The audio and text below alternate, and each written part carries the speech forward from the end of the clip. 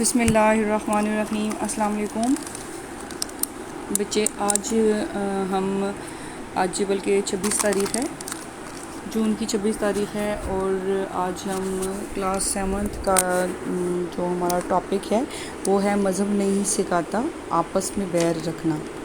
اس کا مطلب ہے کہ ہمیں مذاہب نہیں سکھاتے، کوئی بھی مذہب ہمیں آپس میں نا اتفاقی نہیں سکھاتا، ٹھیک ہے، کہ ہمیں نا اتفاقی سے رہنا چاہیے۔ کوئی مذہب ہمیں ایسے ہی نہیں سکھاتا، جیسے کہ لکھا ہوا ہے رواداری کا کیا مطلب ہوتا ہے، ہمیں دوسروں کے ساتھ کس طرح سے پیش آنا چاہیے، اور اسلام میں دوسرے مذاہب بھی ہیں، وہ ہمیں آپس میں بیر کرنا نہیں سکھاتے۔ بیت المقدس مسلمانوں اور مسیحیوں اور یہودیوں تینوں مذاہب کے لیے قابل احترام ہے، تو کوئی مذہب ہمیں یہ نہیں سکھاتا۔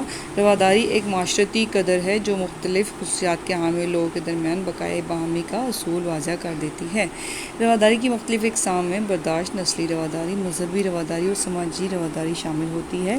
جیسا کہ آپ لوگوں کو جو یہ ٹاپک تھا، جو عنوان ہے وہ ہے مذہب نہیں سکھاتا آپس میں بیر رکھنا، ہندی ہے ہم وطن ہے ہندوستان ہمارا، یعنی کہ ہندوستان جب پاکستان بننے سے پہلے ہندوستان میں سب ایک تھے اور ہندوستان سب لوگوں کا وطن تھا۔ تو کوئی مذہب ہمیں یہ چیز نہیں سکھاتی، کیونکہ اللہ تعالیٰ نے بتایا کہ مسلمان کا بھائی ہے، نہ کہ اس پر ظلم کریں اور نہ ظلم ہونے دیں۔ اسلام میں اخوت اور بھائی چارے کی اہمیت کو بہت زیادہ زور دیا گیا ہے۔ اللہ تعالیٰ نے بھی اپنے نبی حضرت محمد صلی اللہ علیہ وسلم کو اعلیٰ ترین اخلاق کا مالک بنایا اور اپنے پیغمبر سے مخاطب ہو کر کہا، اللہ نے آپ صلی اللہ علیہ وسلم پر احسان کیا اور آپ کو نرم دل اور مہربان اور تمام جہانوں کے لیے رحمت بنا کر بھیجا۔ اگر آپ سخت مزاج اور سخت دل ہوتے تو لوگ آپ کے قریب آنے کے بجائے آپ سے دور بھاگتے، لہٰذا لوگوں کے ساتھ درگزر کا رویہ اختیار کریں۔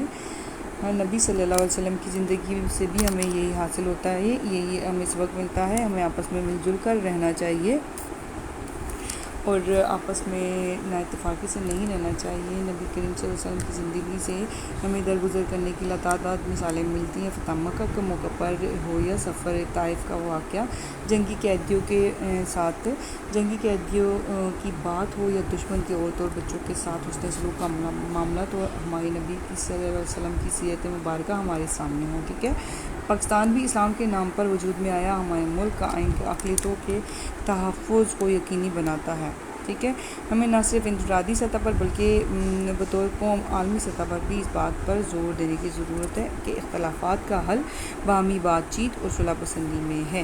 اور آج کا جو ہمارا عنوان ہے مذہب نہیں سکھاتا آپس میں بیر رکھنا، یہ آپ لوگوں کا سوال نمبر جو 5 ہے، آپ کا جو سوال نمبر 5 ہے کہ آپ دیکھیں یہاں پہ لکھا ہے، ملک دشمن عناصر ملک میں کس وجہ سے نفرت اور بدامنی پھیلانے کی کوشش کرتے ہیں، کہ ہمارے جو ملک کو نا اتفاق کرنے کے لیے لوگ کس طرح کے پروپیگنڈا میں مبتلا ہوتے ہیں، اور اس لیے جو اقوام متحدہ کا جو ادارہ ہے وہ اس دنیا میں امن اور سلامتی کے لیے بنایا گیا ہے، تحمل، برداشت، رواداری کے رویوں کو فروغ دینے کے لیے یہ ادارہ بنایا گیا ہے۔ دشمن بھی جو چاہے تو میری چھاؤں میں بیٹھے، میں گھنا پیڑ سرے راہ گزر ہوں۔ اسی طرح ہمیں برداشت اور رواداری کے رویوں کو فروغ دینا چاہیے۔